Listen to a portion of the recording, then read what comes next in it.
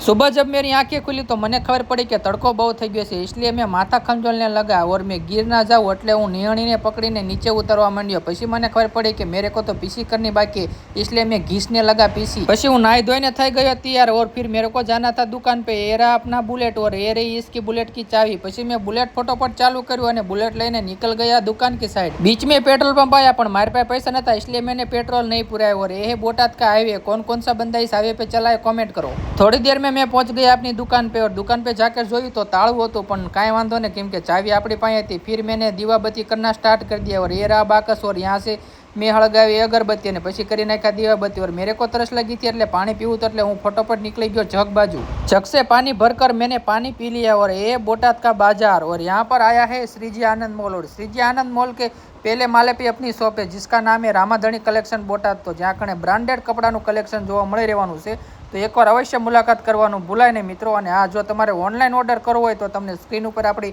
ID દેખાતી છે, તેમાં તમને ફોટા અને વિડીયો મળી જશે। તો ફટાફટ સ્ક્રીનશોટ પાડી સ્ક્રીન ઉપર દેખાતા નંબર ઉપર વોટ્સઅપ કરો અને આજે જ તમારો ઓર્ડર બુકિંગ કરો।